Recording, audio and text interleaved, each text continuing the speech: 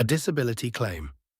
Appeal letter can be one of the most important documents in your disability benefits process, because if your appeal is poorly written, missing medical evidence, unclear about your limitations, or fails to directly address the denial reason, your appeal may be rejected again.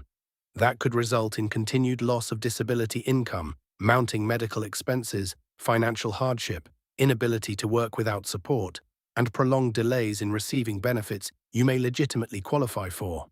This letter is your opportunity to challenge the denial professionally, explain how your medical condition affects your ability to work, strengthen your case with medical documentation, and show why your claim deserves a full and fair reconsideration based on the facts and policy requirements. So, here is how to write it. Sender information. This is the first part of the letter where you identify yourself. For example, Michael Turner, 2458 Oak Ridge Lane, Dallas, Texas 75201. michael.turner@email.com, 2145557 This section establishes your identity and contact information. Make sure your personal details match exactly with your disability claim records and policy information. Date, for example, May 23, 2026. After your contact details, include the date the appeal letter is written. This is important because disability appeals often involve filing deadlines and review timelines. Submit your appeal as early as possible to avoid missing appeal deadlines. Recipient information. This section identifies the department reviewing your appeal. You should include the appeals department name and company or agency address.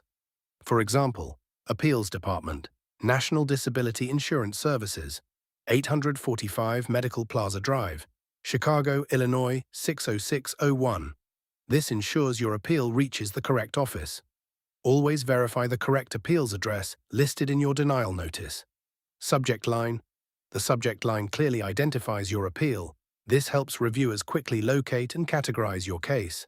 For example, subject, Appeal of Denied Disability Claim, Claim Number D, C-4-58721. This immediately identifies the purpose of your letter. Include your claim number accurately to avoid administrative delays. Salutation. This is your formal greeting. For example, Dear Appeals Representative. This keeps your letter respectful and professional. If a specific appeals reviewer is named in your denial notice, address them directly whenever possible. Opening paragraph. In this paragraph, you formally state your appeal. You should mention the claim or policy number and the denial notice. For example, I am writing to formally appeal the denial of my disability claim under policy number D, C-4-58721, as communicated in your denial letter dated May 2, 2026. This immediately establishes the purpose of your letter. Be direct, professional, and clear from the beginning. Request for reconsideration. Here, you respectfully challenge the denial determination. This section is important because it clearly states that you disagree with the decision and want a complete review.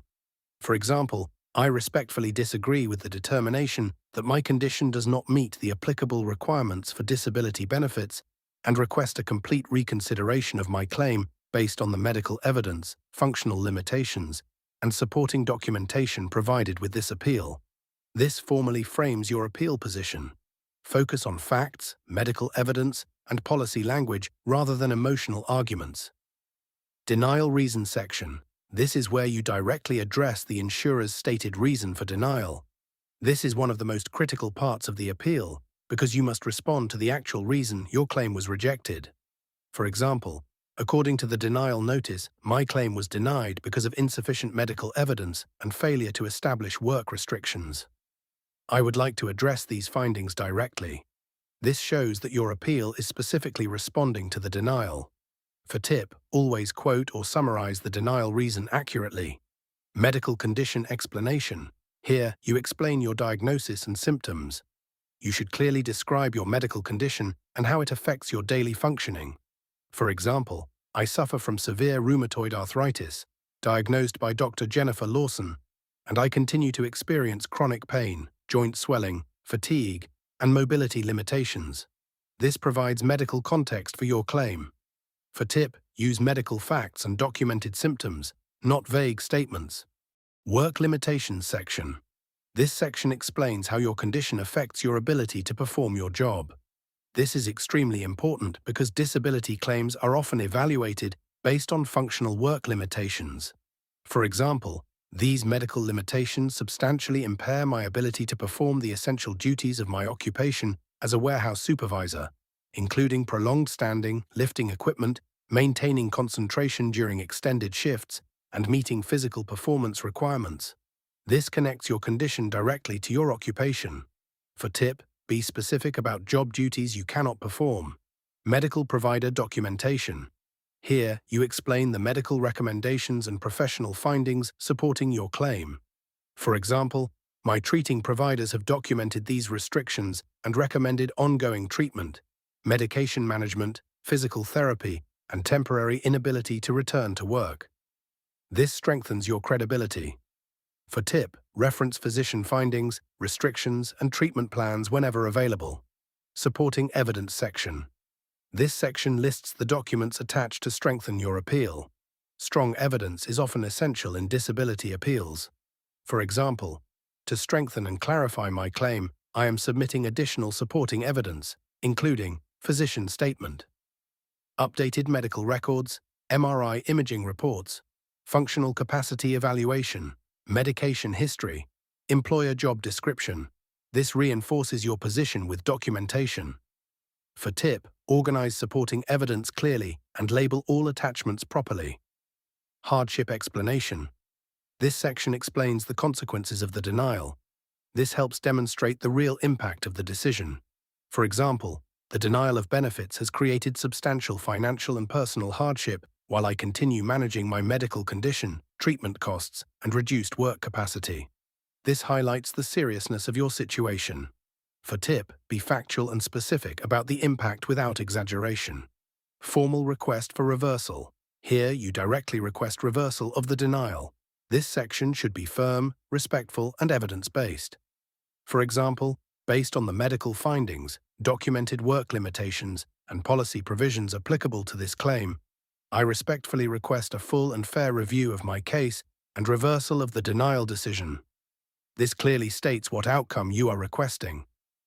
For tip, make your request direct and professional. Closing paragraph. This is your final message before ending the letter. You thank the reviewer and invite further communication. For example, please confirm receipt of this appeal and notify me if any additional documentation or clarification is required. Thank you for your time, attention, and careful reconsideration of this matter. This shows professionalism and cooperation.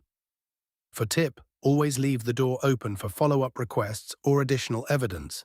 Sincerely, and claim information. Finally, end your letter with your formal closing and identifying details.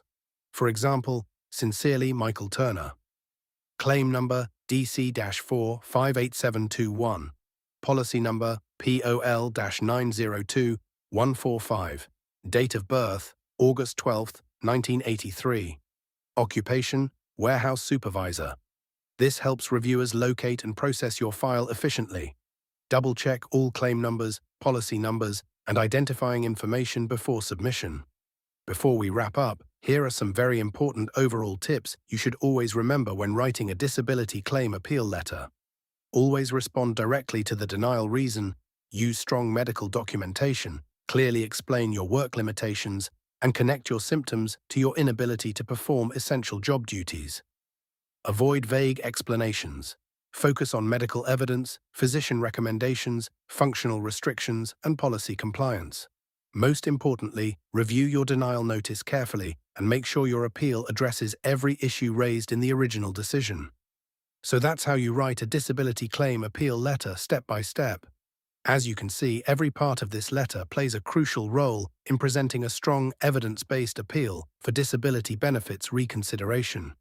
Thank you so much for watching. If you found this video helpful, don't forget to like, share, and subscribe to my channel, Writing Practices, for more writing tutorials, and I'll see you guys in the next video.